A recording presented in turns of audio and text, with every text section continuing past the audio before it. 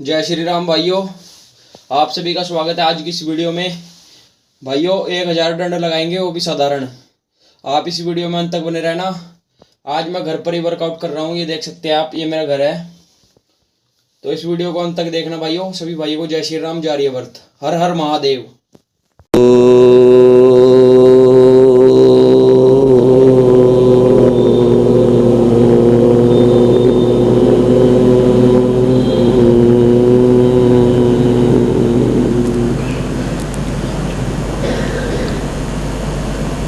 ये युध्यन्ते प्रदनेषु शूरास्ये तनुत्यजः ये व सहस्रदक्षिणास्तांश्च देवापि गच्छतात्। ॐ शान्तिः शान्तिः शान्तिः।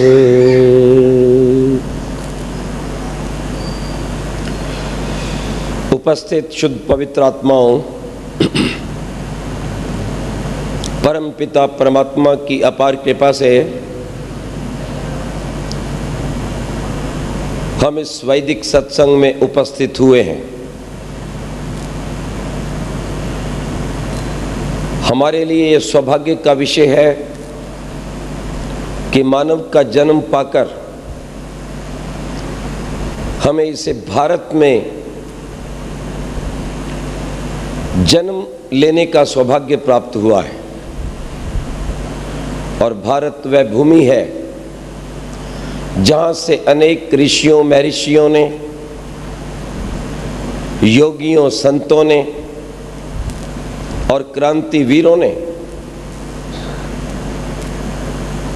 अपने जीवन की आहुति देकर हमें जीने की कला सिखाई है। जितने महापुरुष भारत में हुए हैं, उतने महापुरुष संसार के विभिन्न देशों में भी मिलाकर नहीं हुए। भारत में अनेक महापुरुषों ने जन्म लिया। महर्षि ब्रह्मा, महातपस्वी भोले शंकर, मृदा पुरुषोत्तम राम, योगेश्वर श्याम, देव दयानंद सरस्वती आदि आदि। इसमें लेश मात्र भी संशय नहीं है कि कुछ ऐसे तपस्वी, योगी, मर्यादाओं के धनी व्यक्तियों ने भारत में जन्म लिया, जिनका मात्र भारत पर ही नहीं अपितु विश्व के अनेक देशों पर अद्भुत प्रभाव पड़ा। उनमें है मर्यादा पुरुषोत्तम राम, योगेश्वर कृष्ण, महर्षि दयानंद सरस्वती आदि। आज मैं आपके समक्ष वर्तमान में जिस महापुरुष की सबसे अधिक आवश्यकता है, अर्थात जिसकी शिक्षाओं की आवश्यकता है, उस महापुरुष की चर्चा करने जा रहा हूं, जिन्हें योगेश्वर कृष्ण के नाम से सारी दुनिया जानती है।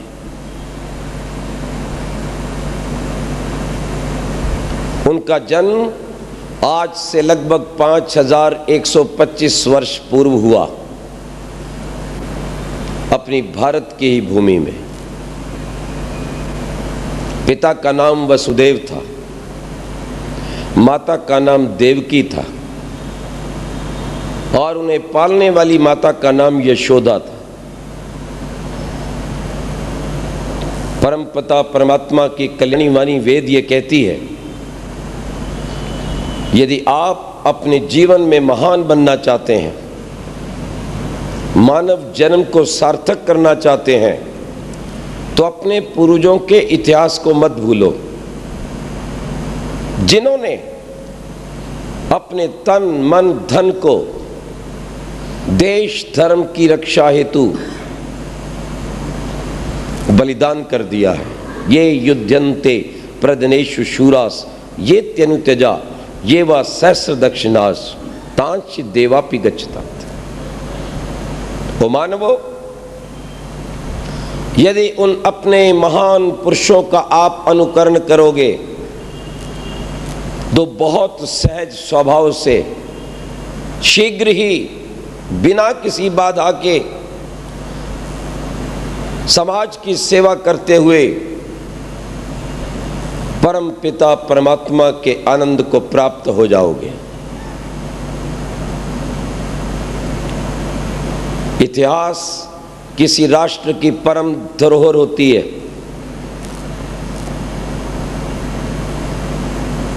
जिस देश के लोग अपने महापुरुषों के इतिहास को जानते हैं वे सदा जीवित रहते हैं, अमर हो जाते हैं। उनकी संस्कृति सुरक्षित रहती है, उनके संस्कार सुरक्षित रहते हैं, उनका सम्मान सुरक्षित रहता है, उनका धन सुरक्षित रहता है। ध्यान रखना। और जिस देश के लोग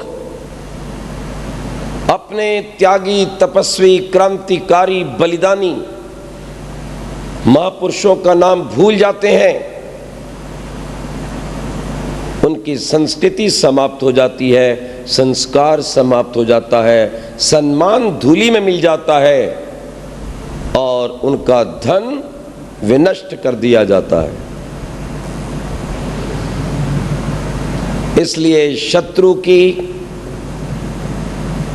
जब वह किसी देश पर आक्रमण करता है और वहां हावी हो जाता है तो उसकी एक विशेष नीति रहा करती है। क्या? कि यदि अपने राज्य को चिरस्थायी बनाना है, यदि गुलामों को सदा के लिए गुलाम रखना है तो सबसे पहला और बड़ा काम वो करता है कि उसके इतिहास को बदलने का, तोड़ने मरोड़ने का, भ्रष्ट करने का प्रयास करता है। और यही भारत में हुआ है, मुगलों के द्वारा हुआ। उन्हें मुसलमान भी कहते हैं, गो हत्यारे भी कहते हैं। जन्म से आतंकवाद उन्हें अपनी घुट्टी में मिलता है, उनका ग्रंथ उन्हें सिखाता यही है। दूसरे भी मिलते जुलते आतंकवादी हैं जो बाइबल को अपना ग्रंथ मानते हैं, उन्हें भी आतंकवाद, मार काट उस तथाकथित ग्रंथ से मिला है जिसे बाइबल कहते हैं। और तीसरे उनके भाई हैं नास्तिक, कम्युनिस्ट, इनका भी यही काम है। और आज भारत में जितना भारतीय संस्कृति का ह्रास हो रहा है, जितना आज हमारे बच्चों के जीवन के साथ खिलवाड़ हो रहा है और पाठ्यक्रम में बिगाड़ हो रहा है, इन तीनों संस्थाओं का कार्य है आज जो भारत में केंद्र में संस्थापित है। ध्यान रखिएगा। तो यदि आप स्वतंत्र रहना चाहते हैं, सम्मान से रहना चाहते हैं, धन सहित रहना चाहते हैं, तो एक ही उपाय है कि अपने महापुरुषों को मत भूलो और उनके इतिहास को मत बिगड़ने दो। और किसी भी दुष्ट व्यक्ति के द्वारा अपने महापुरुषों के ऊपर जब उंगली उठाई जाए तो उंगली ही नहीं, पूरी बाजू काट के रख दो, ताकि उसकी पूरी जाति को पता चल जाए कि किसी महापुरुष के ऊपर उंगली उठाने का क्या परिणाम निकलता है। ध्यान देना। न आता ताई वदे दोषा। और मनु महाराज के इस पाठ को मत भूलो कि अत्याचारी को मारने में कोई पाप नहीं है। ये पावन अहिंसा है। दुष्ट की हिंसा करना ही अहिंसा है और दुष्ट को छोड़ देना ही हिंसा है। तो कृष्ण महाराज जिनका पूर्ण जीवन वैदिक है, वैदिक नीतियों से सुसज्जित है, यदि आप उसे पढ़ेंगे, जानेंगे, अपनी संतानों को सुनाएंगे, तो मैं निश्चित कह सकता हूं आपके परिवार का, आपके समाज का, आपके राष्ट्र का नक्शा बदलेगा। पर इतिहास सच्चा होना चाहिए। जब योगेश्वर कृष्ण महाराज का जन्म हुआ, तब यह आर्यों का अति श्रेष्ठ काल नहीं था। कुरीतियां आ चुकी थी, ईर्ष्या द्वेष प्रारंभ हो गया था, कुछ खान पान में बिगाड़ आ गया था, भाई भाई का विवाद भी हो चुका था, अहम ने स्थान बना लिया था। कारण, जब किसी व्यक्ति के पास आवश्यकता से अधिक धन आ जाता है तो अपने धर्म को, अपनी संस्कृति और मर्यादाओं को भूल जाता है और वो पतन की ओर चल देता है, जैसा आज आपको दिखाई देता है। धन कमाने वाले मूर्ख लोग, चाहे वो माता हो, पिता हो, दादा हो, दादी हो, चाहे वो देश का राजा हो, वो अविद्या से युक्त होकर ये समझते हैं कि तुम्हारी संतानों और तुम्हारे नागरिकों का कल्याण केवल अधिक धन से होगा। कभी नहीं हो सकता। हम देख रहे हैं जितना धन बढ़ रहा है उतना आपके परिवारों का, समाज का, सामाजिक संस्थाओं का और राजनीतिक संस्थाओं का अधिक पतन हो रहा है। उतना संतानों का और सम्राटों का अधिक पतन हो रहा है। और यही कारण था तब भी। परंतु तब भी वैदिक संस्कृति अभी अवशेष थी। कृष्ण महाराज का अध्ययन गुरुकुल में होता है।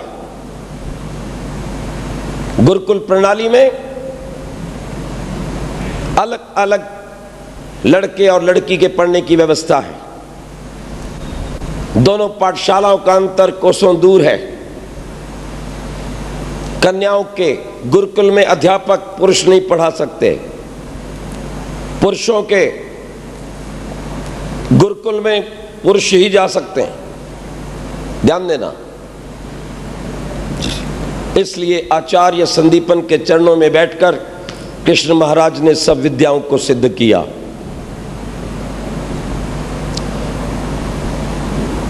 वे वैदिक विद्वान थे,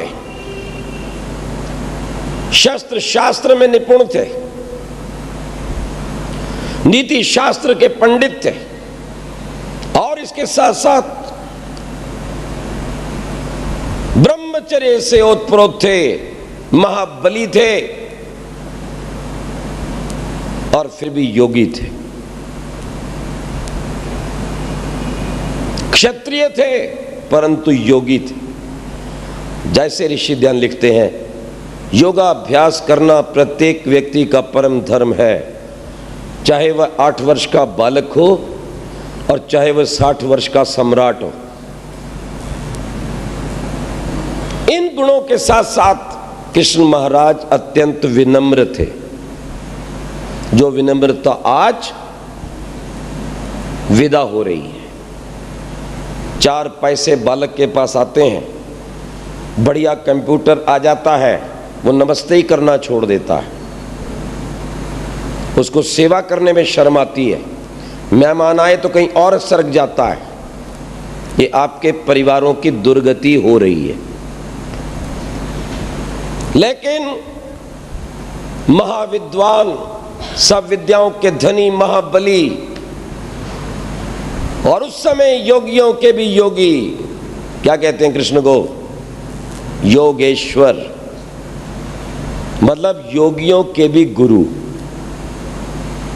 वो कितने विनम्र हैं। जब जब धृतराष्ट्र को मिलते हैं चरण छूकर प्रणाम करते हैं, भीष्म पितामह को प्रणाम करते हैं, विदुर को प्रणाम करते हैं, माता कुंती को प्रणाम करते हैं, भीष्म पितामह को प्रणाम करते हैं। चरण छू के प्रणाम करते हैं। ये थे आपके योगेश्वर कृष्ण, जिनके आप गीत गाते नहीं थकते और लांछन लगाते भी आप नहीं थकते। क्या आप उनके चंद गुणों को अपने जीवन में धारण करके कृष्ण के सच्चे भक्त बन सकेंगे? इसलिए आर्य समाज आपके बीच में आया है, इसलिए वैदिक विद्वानों के द्वारा यह कृष्ण का गीत गाया जा रहा है। विचार कीजिएगा, राजसूय यज्ञ सफल हुआ, राजसूय यज्ञ की अभी तैयारी है। थोड़ी सी पहले बात बता दूं, सबको पूछा गया आप क्या कार्य लेंगे, अथवा कार्य बांटा जा रहा है। कहीं भी उत्सव होता है, अपने अंतरंग सदस्यों को बुलाया जाता है, आप क्या क्या कार्य लेंगे। कुछ लोगों को काम देना पड़ता है और कुछ श्रद्धालु काम अपने आप ले लेते हैं। श्रद्धालु कार्य ले लेते हैं, नालायकों के पीछे डंडा लेके काम देना पड़ता है। किया कि नहीं? तुम्हें काम सौंपा था, कर रहे हो कि नहीं? कृष्ण महाराज को काम दिया नहीं गया और इससे पहले वो बोल उठे, देखो भैया हमें एक कार्य दे देना, आपका धन्यवाद होगा। बोले क्या? इस यज्ञ पर जितने भी विद्वान आएंगे, ऋषि महर्षि तपस्वी आएंगे, उनके सत्कार का कार्य दे देना, उन सबके चरण को धोना, यज्ञ पर उन्हें सम्मानित करके बिठाना, ये कार्य कृष्ण महाराज लेते हैं। क्या आपकी संतानें करेंगी? क्या आप करेंगे? जरा विचार करो। ये है योगेश्वर कृष्ण, और जो कुछ मैं कह रहा हूं ये उनके इतिहास से कह रहा हूं, जिसे महाभारत कहा जाता है। यदि आपने एक बार सुन लिया तो सारी गप्पों को, कृष्ण के ऊपर लगाए गए सारे लांछनों को भूल जाओगे, और जहां तुम्हारा जीवन शुद्ध होगा वह भारतीय समाज शुद्ध होगा, लंपटता दूर हो जाएगी और समाज तेजस्वी बनेगा, सारे विश्व को आकर्षित करने वाला बनेगा, जैसे कृष्ण सबको आकर्षित कर लेते थे। कृष्ण का अर्थ ही आकर्षण है। कृष्ण जो आकर्षति इति कृष्ण, वह अपने गुणों से, अपनी विनम्रता से, अपनी व्यवहार कुशलता से सबको आकर्षित कर लेते थे। ऐसे थे कृष्ण। पूर्ण विद्या की गुरुकुल में रहकर, गुरुकुल प्रणाली है, सह शिक्षा नहीं है कि गोप और गोपियां घूमते हो, एक दूसरे के कपड़े और एक दूसरे के बाल खींचते हो आजकल की तरह। ब्रह्मचर्य और संयम से विद्या का अध्ययन किया जा रहा है। मैं आपसे जानना चाहता हूं, इतने सुंदर व्यवस्थित वैदिक ढंग से पढ़ने वाले कृष्ण को गोपियों से नाच रचाने का समय था? तुम्हारा कोई बेटा 4-5 लड़कियों को लेके किसी पार्क में डांस करने लगे तो मोहल्ले वाले क्या कहेंगे? विचार करना। उस वैदिक योगी महापुरुष को हमने कहां लाकर खड़ा कर दिया और यह स्थिति बना दी कि लोगों को मजबूर होकर कहना पड़ा कृष्ण नाम का कोई व्यक्ति नहीं हुआ। ये तो सब नावल है, झूठी कहानी है। ये परिणाम निकला। राजसूय यज्ञ तो सफल हो गया। अब राजसूय के यज्ञ के पश्चात भीष्म पितामह जी अर्घ्य देना चाहते हैं, सम्मान करना चाहते हैं। भरी सभा को देख रहे हैं, सम्राटों को देख रहे हैं विभिन्न देशों से जो आए, और उन्हें और कोई नहीं दिखाई देता, केवल योगेश्वर कृष्ण दिखाई देते हैं। और वो कहते हैं विद्या में इनके समान कोई नहीं। व्यवहार में इनके समान कोई नहीं, नीति में इनके समान कोई नहीं, बल में इनके समान कोई नहीं, शस्त्र विद्या में इनके समान कोई नहीं, योगाभ्यास में इनके समान कोई नहीं। मैं इन्हें वर्तमान के विश्व का गुरु घोषित करता हूं और इन्हें अर्घ देता हूं। ये थे योगेश्वर कृष्ण। ना या गोपियों की चर्चा है, ना या कुब्जा की चर्चा है, ना या राधा की चर्चा है, ना रासलीला की चर्चा है, ना कपड़े उठाकर पेड़ पर भागने की चर्चा है, ना मटकी फोड़ने की चर्चा है, ना माखन चुराने की चर्चा है। किस दुष्ट व्यक्ति ने, किस नीच और पामर ने भारत के इस महान योगी तपस्वी पूज्य पुरुष को कलंकित किया है? मैं भी कृष्ण महाराज को अपना इष्ट मानता हूं, उनके प्रति श्रद्धा रखता हूं। मैं एक सभा में बोल रहा था, एक पंडित जी कहने लगे, क्या आप कृष्ण को गोपी, रास रचाने वाला, मटकी फोड़ने वाला, माखन चुराने वाला नहीं मानते? क्या आप राधा के साथ नहीं मानते? मैंने कहा शांत हो जाओ और कान खोलकर सुनो। कृष्ण मेरा इष्ट है। यदि तुमने मेरे कृष्ण पर कोई भी झूठा लांछन लगाया तो मैं तुम्हारी जिह्वा काट दूंगा। पंजाब की घटना है। बिल्कुल गर्दन झुका के बैठ गया और जितनी सारी की सारी पौराणिक मंडली थी ना, उसने दोबारा मुझसे आंख मिलाने की कोशिश नहीं की। क्यों?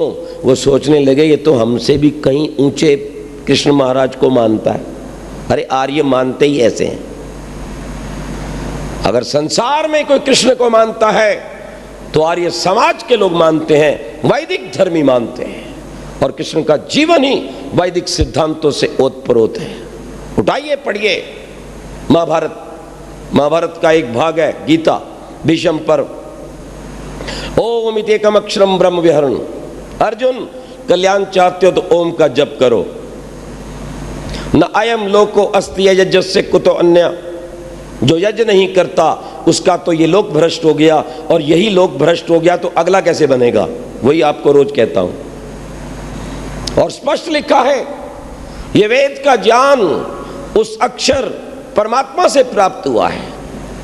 वेद को ब्रह्म कहा गया और परमात्मा को अक्षर कहा गया। नक्षरति इति अक्षरा। क्या मतलब अक्षर का? जो नष्ट नहीं होता, एक रस रहता है, विकार नहीं होता, परिणाम नहीं होता, जो कूटस्थ है उसे अक्षर कहते हैं। और अक्षर भगवान का सच्चिदानंद ओम का एक नाम है। वेदेषु सामवेदोस्मि। वेद की स्तुति करते हैं कृष्ण महाराज।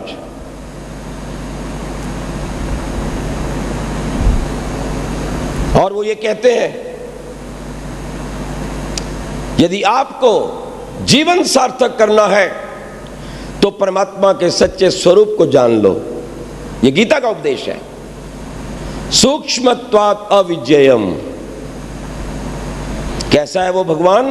कृष्ण के शब्दों में कह रहा हूं, सूक्ष्म है, अविज्ञेयम्, आंख का विषय नहीं है, देखा नहीं जा सकता, वो निराकार है, सर्वव्यापक है। जैसा वेद में कहा है, स पर्यागात् शुक्रमकयम् न तस्य प्रतिमास्ति। कृष्ण उस ईश्वर को मानते, उसी का उपदेश कर रहे हैं, ध्यान रखिएगा। और फिर कहते हैं, ईश्वर सर्वभूतानां हृदयेषु तिष्ठति अर्जुन। अर्जुन, वो ईश्वर तुमसे दूर नहीं है, क्यों भटक रहे हो? वो तेरे और मेरे दिल में विराजमान है। ये उपदेश है गीता का। और जो उन्हें मानते भगवान, वो भी जरा कान खोलकर सुन लें। दैवम तु न मया शक्यम कर्म कर्तुम कथंचन। मैं भी इंसान हूं। दैवम तु न मया, मैं ईश्वर नहीं हूं। मैं भी अपनी सीमा में रहकर काम करता हूं। मैंने कुछ उपदेश दिया था गीता का, लेकिन मैं दोबारा वो सब कुछ देने में असमर्थ हूं, वो मुझे स्मरण नहीं है। कृष्ण स्वयं घोषणा करते हैं कि मैं ईश्वर का भक्त तो हूं, योगाभ्यासी तो हूं, ईश्वर की वेद वाणी को तो मानने वाला हूं, परंतु मैं स्वयं ईश्वर नहीं हूं। आजकल के पाखंडी व्यक्ति 4-4, 5-5, 8-8 क्लास पढ़ लेते हैं, व्याख्यान देना आ जाता है, 2-4 कविताएं सीख लेते हैं, कोई मुकुट बांध लेता है, कोई मालाएं डाल लेता है, 5-10 चेलियां रख लेता है, नाचने लग जाता है और कहता है मैं ही कृष्ण का अवतार हूं। और पता लगता है 2-4 दिन बाद कि 2-4 लड़कियों को साथ ही भगा के ले गए। विचार करना। और कृष्ण क्या कह रहे हैं? मैं ईश्वर का अवतार नहीं हूं। आप कहेंगे अवतार नहीं तो कृष्ण ने ये क्यों कहा? यदा यदा ही धर्मस्थ कहा, ये कृष्ण ने नहीं कहा, ये भारत वर्ष के अनेक तपस्वियों ने, क्रांतिवीरों ने कहा।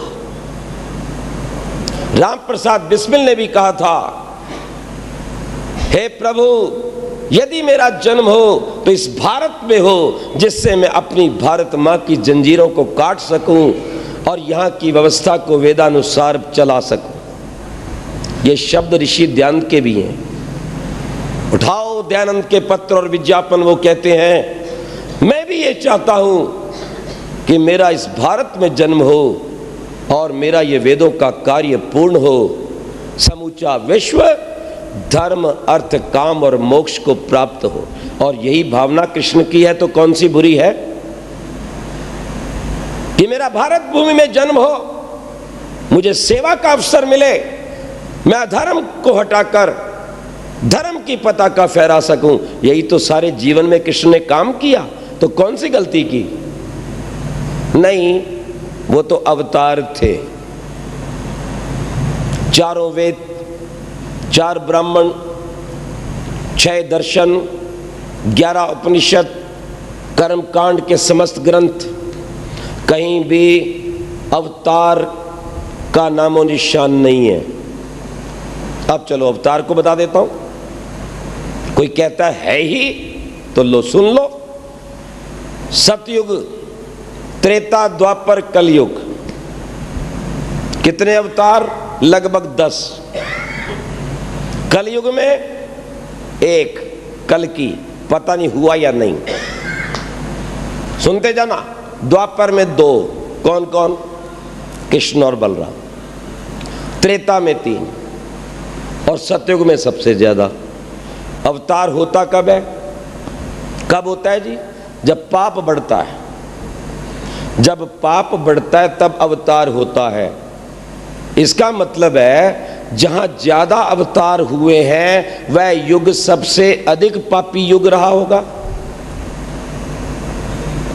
इस गणित को यदि लगाओ तो इसका यह अर्थ निकला कि सतयुग सबसे घोर पाप का युग था। बोलो आप स्वीकार करोगे? या तो सतयुग को पापियों का, गुंडों, बदमाशों, आतंकवादियों का युग मान लो और या फिर अवतारवाद को छोड़ दो, और कोई रास्ता नहीं। अच्छा जी, दूसरी बात, पाप बढ़ता है अवतार होता है। 10 लाख लोग कट गए जब ये देश बटा, कोई अवतार नहीं हुआ? हुआ? मैं आपसे पूछता हूं, कश्मीर कट गया, 5 लाख लोग उधेड़ के फेंक दिए गए, कोई अवतार नहीं हुआ? कत्लेआम हो रहा है धरती के ऊपर, कोई अवतार नहीं हो रहा। और यही गीत हमारी बहनें ब्रह्मा कुमारियां गाती रहती हैं।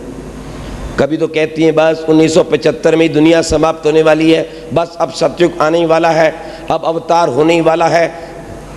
मैंने कहा होता क्यों नहीं? बोले पाप बढ़ेगा अवतार होगा। मैं कहा दिन रात दबा के पाप करो ताकि अवतार आ जाए। वैसे तो आता नहीं, तो दिन रात थोक के भाव में जल्दी से पाप करो ताकि रातों रात अवतार हो जाए। इनकी बुद्धि भ्रष्ट हो गई है। वेद से विरुद्ध, सत्य सनातन वैदिक धर्म से विरुद्ध है, हिंदू भारतीय संस्कृति से विरुद्ध है। और ऐसे पाखंडियों को धर्म का काखा गा नहीं आता। उनके हृदय में मैं कहूंगा योगेश्वर कृष्ण मर्यादा पुरुषोत्तम राम के प्रति लेश मात्र भी श्रद्धा नहीं है। क्या परिणाम निकला इसका? सुनिए, हर व्यक्ति बन बैठा अवतार। मैं अवतार हूं कृष्ण का।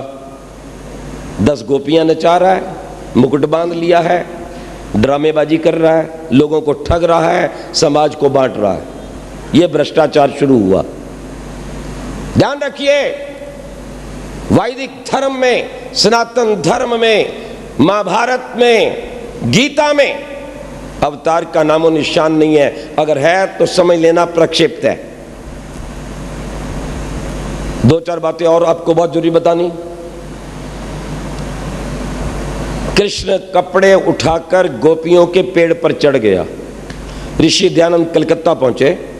एक युवक उनके पास आया और कहने लगा, महाराज आज मुझे बहुत दुख हुआ देखकर। बोले क्या दुख हुआ? बोले आज जब मैं बाजार से आ रहा था तो एक पादरी खड़ा था। एक तरफ उसने ईसा मसीह की फोटो लगा रखी थी, क्रॉस के ऊपर चढ़ गया। दूसरी ओर एक पेड़ के ऊपर कपड़े लेकर कृष्ण बैठा है, ये दिखा रहा था। और क्या कह रहा था? ये दुनिया के दुखों को लेकर क्रॉस पे चढ़ गया, ये नहाती हुई गोपियों को नग्न छोड़कर कपड़े लेके चढ़ गया। बोलो कौन सा भगवान अच्छा है? अब जिसकी बुद्धि भ्रष्ट होगी वही ऐसे कृष्ण को मानेगा। तो स्वामी जी कहते हैं ये सब झूठ है। कृष्ण के नाम पर कलंक लगाया जा रहा है। कृष्ण का जीवन आर्ष पुरुषों के सदृश था। सत्यार्थ प्रकाश दयानंद लिखता है, महाभारत को पढ़ने से पता चलता है कि जन्म से लेकर मृत्यु पर्यंत कृष्ण महाराज ने कोई पाप नहीं किया, कोई अनिष्ट नहीं किया। ये सब भागवत पुराण रचने वाले की लीला है। यदि भागवत ना होता तो कृष्ण पर आज इतना कलंक कीचड़ ना उछाला जाता। और दयानंद दुखी होकर कहता है, काश ये भागवत आदि बनाने वाला पुराणकार बोपदेव अपनी मां के गर्भ में ही क्यों ना मर गया होता, ताकि हमारे योगेश्वर कृष्ण के ऊपर आज इतने आरोप ना लगाए जाते।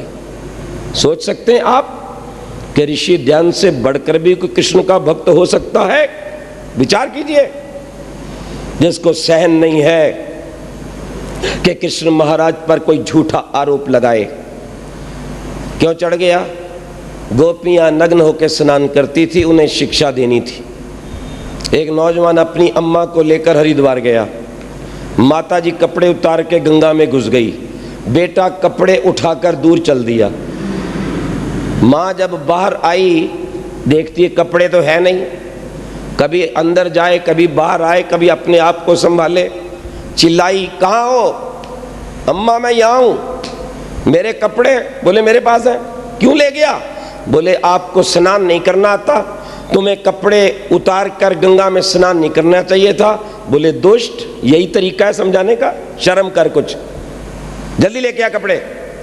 क्या यही तरीका है समझाने का? कृष्ण योगी तपस्वी नीति निपुण व्यक्ति क्या ये तरीका अपना सकते हैं? सोचिए जरा अपने दिमाग से। ठीक है, कंस को माखन नहीं भेजना था, दूध नहीं भेजना था। अरे कृष्ण का जान तो कितना प्रभाव था उस समय। एक आवाज उठते ही सारे बाल गोपाल कृष्ण के साथ जुड़ जाते थे। उस कृष्ण को मटकी फोड़ने की जरूरत नहीं थी। और फिर कहा गया माखन चोर था, जिसके घर में अपने हजारों गौएं थी, हैं? वो दूसरे के घर में माखन चुरा रहा था। तुम्हारा बेटा क्या दूसरे की फ्रिज खोलकर किसी का मक्खन खा आता है क्या? किसी के फल खा के आता है क्या? मैं आपसे पूछता हूं, हैं? जिनके घर में कुछ भी नहीं, लगभग कंगाल जैसा जीवन है, वो भी नहीं जाता बेचारा किसी के खाने। और वो कृष्ण जिसके आगे पीछे गौएं थी, अंदर बाहर मक्खन था, ऊपर नीचे माखन था, क्या वो दूसरे के घर में चोरी कर सकता है? और वो तो गुरुकुल में पढ़ रहा है। 5 वर्ष का नियम है ये वैदिक संस्कृति का, और 25 वर्ष तक वहां रहता है। 20 से 25 वर्ष तक जो गुरुकुल में रहा, उसने माखन कब खा लिया, कब गोपियों को नचा लिया, कब कुब्जा को लेकर घुमा लिया, निश्चित रूप से ऋषिवर दयानंद ने ठीक ही कहा कि बोपदेव अगर गर्भ में मर जाता तो निश्चित रूप से योगेश्वर कृष्ण के ऊपर इतना कीचड़ ना उछाला जाता। राधा, राधे राधे राधे। कौन थी भाई राधा? आपसे प्रश्न पूछते हैं, यशोदा के भाई का क्या नाम था? मेरी पौराणिक बहनें बता दें, जो दिन रात गीत गाती गाती हैं कृष्ण जी का। मैं भी गाता हूं, मैं भी कीर्तन करता हूं, आप भी कर सकते हैं मेरे साथ। हरे कृष्णा कृष्ण कृष्ण हरे हरे, बोलो बोलो, हरे कृष्ण कृष्ण कृष्ण हरे हरे। आया ना मजा? पर ये तुम्हारे वाला नहीं है, ये अकल से गाया गया है। जरा अकल का प्रयोग करोगे पता चलेगा कि क्या गा रहे हैं हम। हरे कृष्ण, हरि का कृष्ण था। कृष्ण किसका भक्त था? हरि का। आगे चलो, हरे कृष्ण कृष्ण कृष्ण हरि हरि। कृष्ण कृष्ण ही था और हरि हरि ही था। कृष्ण भक्त था तो हरि भगवान था। कृष्ण भगवान नहीं था और भगवान कृष्ण नहीं था। विचार करो, वो भगवान था लेकिन सृष्टिकर्ता सर्वव्यापक निराकार नहीं था। वो भग ऐश्वर्यशाली था। याद रखना, ऐश्वर्यशाली, धनाढ्य, ईश्वर भक्त, नीति निपुण आदि गुणों से युक्त व्यक्ति को भी भागवान कहते हैं। बड़ा भागवान है, आज भी कहते हैं बड़ा भागवान। और कोई मेहमान आ जाए तो कहते हैं अरे आओ भगवान। अपने यहाँ संस्कृत में वैसे ही उच्चारण में बोल देते हैं, संबोधन में, वो भगवान। कोई आती भागवान, वो भगवान था, पक्का था। पर यह सृष्टिकर्ता भगवान नहीं था। सूर्य चंद्रमा तारागण को बनाने वाला नहीं था, ध्यान रखना। और इसको खड़ा कर दिया राधा के साथ। आज से लगभग 300-400 वर्ष पहले मथुरा और द्वारका के अंदर राधा और कृष्ण की कोई मूर्ति नहीं थी। हजारी प्रसाद द्विवेदी उस समय अपने ग्रंथ में लिखते हैं, एक नित्यानंद स्वामी हुए हैं, उनकी पत्नी का नाम जाह्नवी था। वो द्वारका आई, घोरम तीर्थवा द्वादश वार्षिकम। अरे ऐसा कृष्ण जो विवाह के पश्चात भी 12 वर्ष तक ब्रह्मचर्य का पालन करता है, उसके ऊपर ऐसे गंदे आरोप लगाना निर्लज्जता की बात। बंद करो इसको और अपने कृष्ण के वास्तविक स्वरूप को जानकर अपने आप को चरित्रवान बनाओ। मैं आपको कहूंगा, कृष्ण को किसी भी कोने से देख लो तो कृष्ण महान है। ब्रह्मचारी है तो योग्य विद्यार्थी है अपने आचार्य का। अगर मित्र है तो सुदामा के साथ पूरा उतरता है। जातिवाद को नहीं मानता, गुण कर्म स्वभाव से वर्णावस्था को मानता है। याद रखना, कृष्ण स्वयं कहता है, चातुर्वर्ण्य मया सृष्टम गुण कर्म विभागशः। मैं जन्म से जाति पाति नहीं मानता, मैं गुण कर्म स्वभाव से मानता हूं। उच्च कोटि का विद्वान ज्ञान देता है तो ब्राह्मण, उच्च कोटि का बलवान रक्षा करता है तो क्षत्रिय, उच्च कोटि का वैश्य धन से पालन करता है तो वाणिज्य, और कुछ नहीं कर पाता, तीनों की सहायता करता है तो शूद्र। सुदामा आता है, आवाज लगाता है, सूचना मिलती है, सिंहासन पर उसको बिठाया जाता है। कितना प्यार है दोनों मित्रों में। अगर ये ऐतिहासिक घटना सत्य है तो अपना सिंहासन छोड़ देते हैं, उसे बिठाते हैं, पैरों को धोने के लिए जल का आदेश देते हैं। कहते जल नहीं आ पाता, कृष्ण अपने मित्र के पैरों को देखकर, स्थिति को देखकर अश्रुधारा से ही जल का कार्य कर लेता है। ये प्यार है।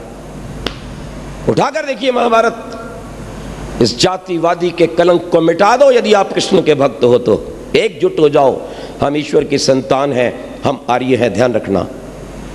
इसलिए कृष्ण योग्य मित्र है, एक योग्य पति है, एक योग्य पिता है। कैसी संतान थी प्रद्युम्न कि रुक्मणी कहने लगी, भगवान मैं आज फिर आपको कष्ट देने जा रही हूं। उन्होंने कहा बोलो क्या बात है? बोले आप अपने गले में एक माला रखा करें। बोले क्यों? बोले कभी कभी मैं जब दूर से देखती हूं तो मुझे गलती लग जाती है, और दूर से देखने पर कभी कभी प्रद्युम्न आप जैसा दिखाई देता है, और मैं बोल देती हूं आर्यपुत्र, और वो होता है प्रद्युम्न। यानी इतनी हूबहू शक्ल मिलती थी, इतना उनका डील डॉल मिलता था। ये एक अच्छी संतान के लक्षण है, और ये वो पैदा कर सकता है जो संयमी हो, शाकाहारी हो, देशभक्त। युद्ध के मैदान में है कृष्ण। दुर्योधन दुष्ट अधिकार नहीं देता, युद्ध नहीं चाहता कृष्ण, शांति का प्रयास करता हूं, जाता है, समझाता है, धृतराष्ट्र को समझाता है, दुर्योधन को समझाता है, भीष्म पितामह के समक्ष विदुर के सामने अपनी बात रखता है। अरे और कुछ नहीं तो कम से कम अपने भाइयों को 5 गांव दे दो। जब वो नहीं मानता तो कुछ तीक्ष्ण शब्द कहता है कृष्ण। इस बात को सुनकर दुर्योधन प्रयास करता है कृष्ण को बांध दिया जाए, लेकिन अपने दृष्टि बंधन से कृष्ण दुर्योधन को डराता है और कहता है अगर मैं चाहता तो इसी पल दुर्योधन को बंधन में डाल सकता हूं। वो योगी है, उसको दृष्टि में कुछ का कुछ दिखाई देता है। दुर्योधन भोजन के लिए आह्वान करता है, और कृष्ण क्या कहता है? 2 स्थितियों में भोजन किया जाता है कहीं बाहर, या तो कोई आपत्ति में हो और या कहीं मैत्री हो। आपत्ति में मैं नहीं हूं और मैत्री तुम्हारे साथ नहीं है, इसलिए तुम्हारा भोजन मैं स्वीकार नहीं करता। कृष्ण स्पष्ट